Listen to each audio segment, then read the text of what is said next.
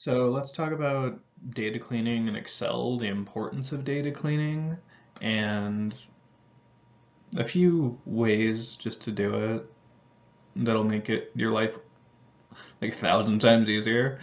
Anyways, what's dirty data? Dirty data refers to data that contains erroneous information. That can be misspellings, that can be typos, it can be extra spaces, it can be that it's in the wrong format, different stuff like that. Complete removal of dirty data from a source is fairly impractical, but please try it because it can cause so many issues. It can cause an analysis to be completely off. It can cause your queries to not work how you want them to work if you're using SQL in a database. It can also make it to where you can't insert certain data, or when you insert it, it just looks really weird. Anyways. Why is data cleaning important? Data cleaning is important due to how databases work and how it can affect the analysis of data. There's a few types of dirty data. I'm going to talk about duplicate data, insecure data, incomplete data, and inaccurate data. And then on the next slide, I'm going to show you how annoying it can be to have dirty data. Duplicate data. Duplicate data refers to records that partially or fully share the same information.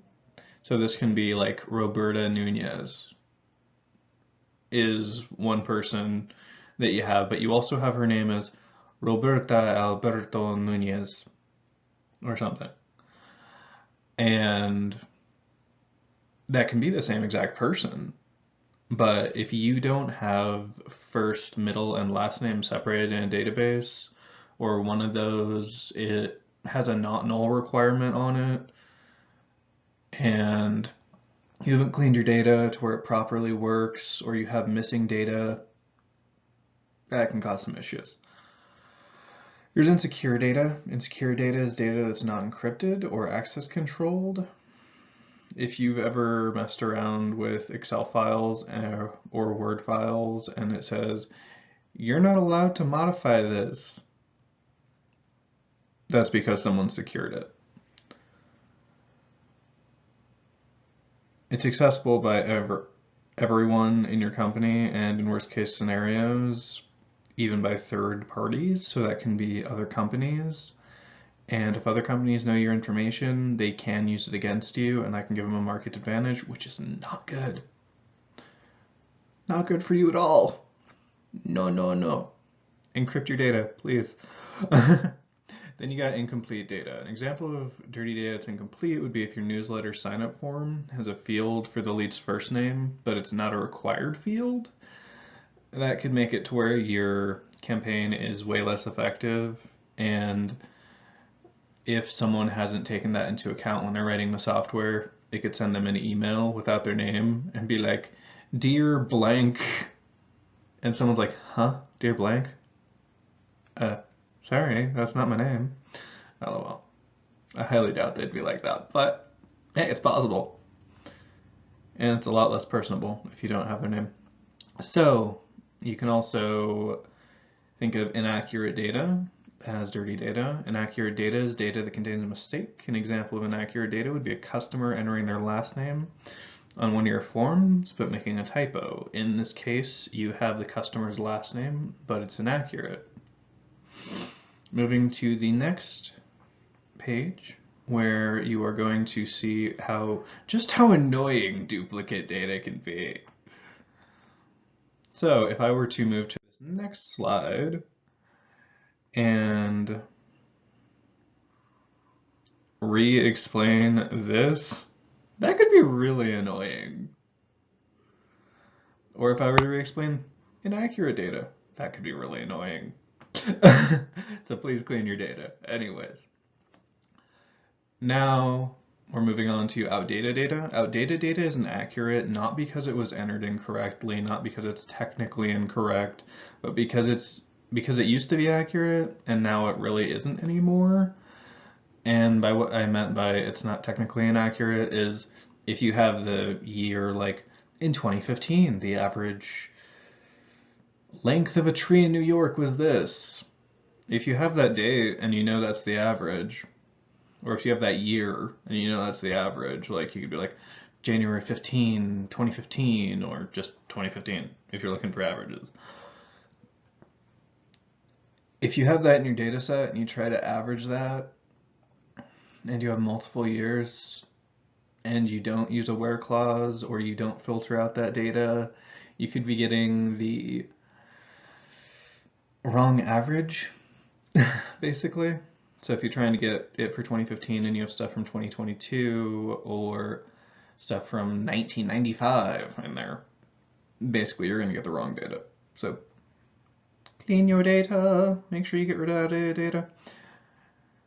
And of course, incorrect data. Incorrect data is data that falls outside of previously specified parameters.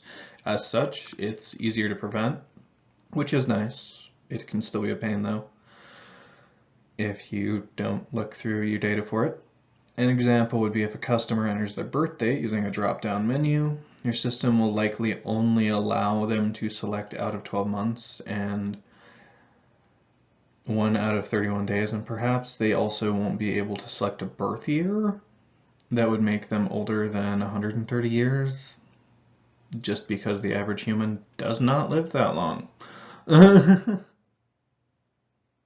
Anywho, moving on. The solution. There is multiple ways that you can actually clean data. The first one I'm going to talk about is creating data quality guidelines. Before you start to perform data cleaning, you should define what a clean data set looks like for your company specifically, because different companies can have different guidelines for what they consider to be clean data. Some want you to use proper case in Excel, some want you to use uppercase, some want you to use lowercase. Upper will convert all the letters in a name or a string to upper, lower will do it in reverse, so basically, not reverse, but in an opposite way. So instead of converting all of the letters to uppercase, it will convert them all to lowercase. And then proper case will turn to proper case. So you should always make sure you know exactly which way your company wants your data formatted for it to be considered clean. Otherwise, you could mess up the way the database is set up, you can mess up the way the analysis is performed. You're going against company guidelines, which isn't great. Anyways, you should always try to standardize your data. So having a data quality strategy, like I was talking about, includes defining a way to standardize data as soon as it enters your system, such as using the upper method in Excel, using the lower method, using proper case, switching everything to camel case or snake case. Strange example, but hey.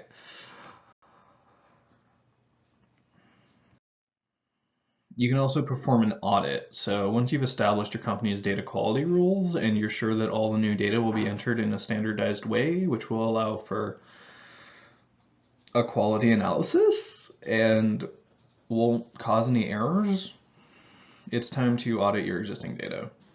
Unfortunately, finding all dirty data isn't always that easy, and while you should aim for 100% detection, know that you're likely to miss some issues. I mean, you shouldn't use that as an excuse just to not look for it, but a lot of people have at least 1 or 2 issues, generally, especially if they're new. That's why it's important to do an audit, not just once, but regularly. One way to make this process easier is to continuously gather feedback from the various departments within your company that work with data. So you could have accounts payable doing stuff, and you could have your program team wanting to do stuff, you could have project teams wanting to do stuff with data, and you should always be trying to get feedback from them. This type of feedback shows you where dirty data is causing issues in day-to-day activities, and also gives you a chance to go and clean it. Go clean it! Go clean your data! An example, your marketing team has spotted how first names and personalized emails sometimes lack capitalization. This tells you that first name values are not always formatted similarly. And like I was saying previously, you should read your company guidelines on how to make data clean and use upper, lower, or just make it proper case. Whatever your company decides is clean. Probably because email subscribers don't always bother capitalizing their own names. Ooh, those lazy customers. I'm just messing. Anyways. So you can clean dirty data. Once you have an overview of your dirty data, start the cleaning process. Data cleaning can be a gruesome, time-consuming task. There are different ways to go about it, each with its own pros and cons. Some are way faster than others, some are way slower than others. You can do it manually, which is not a good choice because if you're dealing with billions of records, then that could take an entire lifetime, if not multiple lifetimes, to do. So please don't do it manually unless you absolutely have to. This should be used very sparingly. So manual cleaning, it should only be done sparingly. It's okay to clean up a record you need to use right now, but manually cleaning all data your company owns is, generally speaking, an impossible task unless you are an immortal and you live in some hypothetical world where people don't care about how much time you're wasting. I'm just messing around. Anyways, not only would it take pretty much forever, but you're also bound to miss things, make mistakes, causing even more errors. Always remember, humans aren't machines, but also remember, humans write code, which can cause errors. There's always that too. You can also use Excel, which is what I advise. Using Excel formulas can speed up the cleaning process, but it's still quite manual. You need to build the formulas yourself. Some data issues might be too complicated to solve with an Excel formula. On top of that, Excel can't handle massive data sets, which kind of sucks. So you'd have to work in bits and pieces, taking note of which data sets you've already cleaned, which is a massive waste of time sometimes. But if you're just dealing with small data sets, I would advise it. Lastly, you're forced to upload static data sets into Excel, which sucks. When you import customer data on Monday, it's likely already outdated by Friday. You can also rely on a third party. There is consultants and entire companies which make a living and make money from cleaning data and ensuring that it meets whatever you define as clean. So you can hire a data consultant like me to clean your data if you don't want to allocate internal time to your data cleanse. Data consultants are specialists who do more than clean up your dirty data. They can also run an audit for you and help perform improvements on existing data processes, so there's less chance of dirty data being created in the future. Downsides to hiring consultants include high costs and the fact that you'll likely have to give them access to your data, which may lead to privacy concerns, and that can get HIPAA involved, and sometimes there's a certain regulation for credit card information, I believe. That's why it's always important to anonymize your data if you're having someone analyze it, because if you don't anonymize it, it can really... Basically, people can sue you. I'm gonna just leave it short. People can sue you. Anonymize your data. Clean it.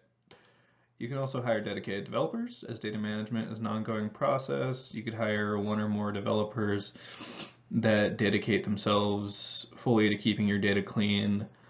I would probably use someone who knows Python for this, just because Python has built-in libraries which are really good at doing things like dropping duplicates, filling in empty slots, and trimming off extra white space and doing a bunch of extra stuff like that. And Python can do it really quickly.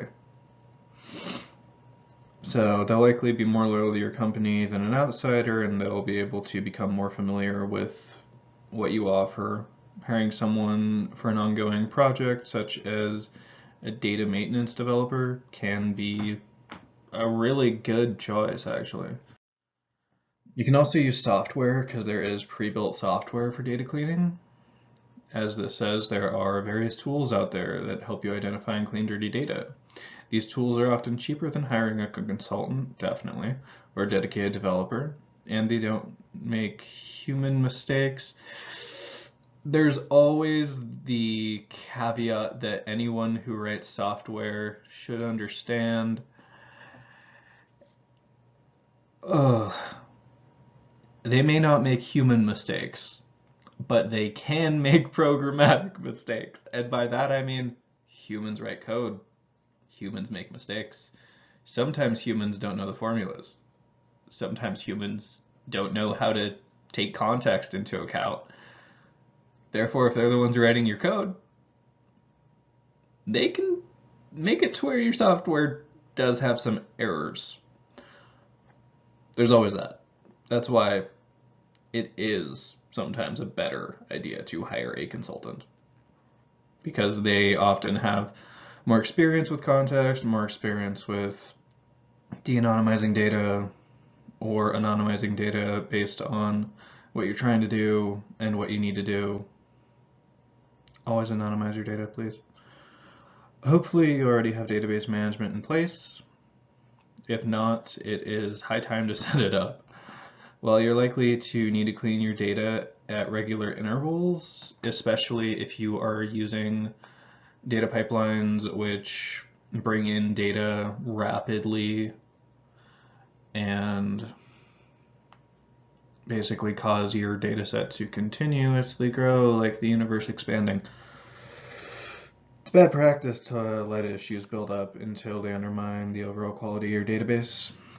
As a company, you're constantly gathering, organizing, storing, and manipulating new data. As I was saying, if you have live data and data pipelines that are constantly bringing in data, you should hire a database developer or a database management person, because if you don't, you could run into some issues.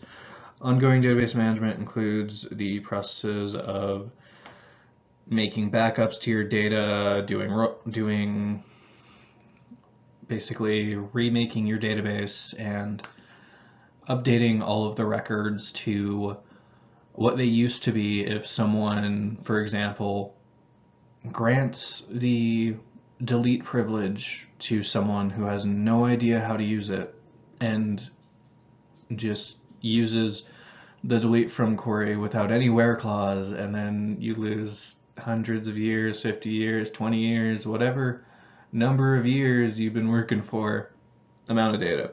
Anyways. So yeah, you should have a database manager, database administrator, whatever title you want to use. You should have one. A basic way of cleaning money, which can cause issues in certain databases if you have the USD symbol on it, or the yen symbol, or pesos, or euros, etc. A basic way to do that is to go into Excel, go to the number box, go up here, press on the drop-down menu, and then change it from this format to a number format. That will get rid of the USD symbol, pardon me, and then it will switch it all to numbers, which your database will be able to handle so much easier. Let's move on to dates. Dates are another place you can run into issues. Some databases can just read underlying cell information, and some definitely can't. So always make sure you standardize your dates, because if you have 7/14/2021 up here, okay, that's cool. These look pretty. These are continuing to look pretty. Awesome. Oops. Wednesday, July 14th, 2021. What's going on here? Basically, it's not the same format, and if you're running a query and that database can't read like the underlying information, this could cause your query to not work correctly, which would suck. So what you want to do is, again, go to the numbers box in Excel and then switch it over to short date or long date, whichever you prefer, whichever your company says, hey, we consider long dates clean. Hey, we consider short dates clean. Awesome. Switch it to that, please. You can also get rid of duplicates, like Alberto Nunez or Roberto Nunez. How you do that is you go to the Data tab in Excel, and then you go over to this little box with an X. It's a little small in this, but yeah. You go over there, you press that, it will scan through your data set, and it will say, to delete duplicate values, select one or more columns that contain duplicates. And you can select all of them. It will scan all of them, and then it will tell you if there is a duplicate. And then you press OK, and then it will tell you the number of duplicate values that were found and removed, and then it will tell you the number of unique values that remain.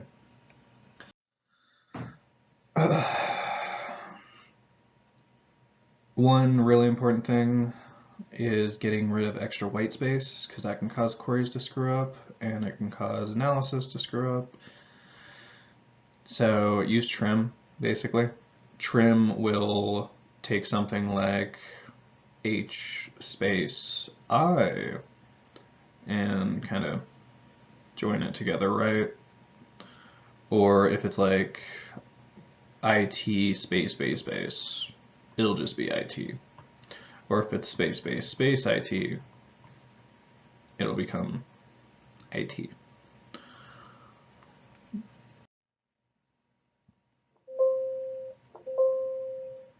If you have instructions to format names in a certain way in your guidelines, you will probably want to know about upper, lower, and other text manipulation functions.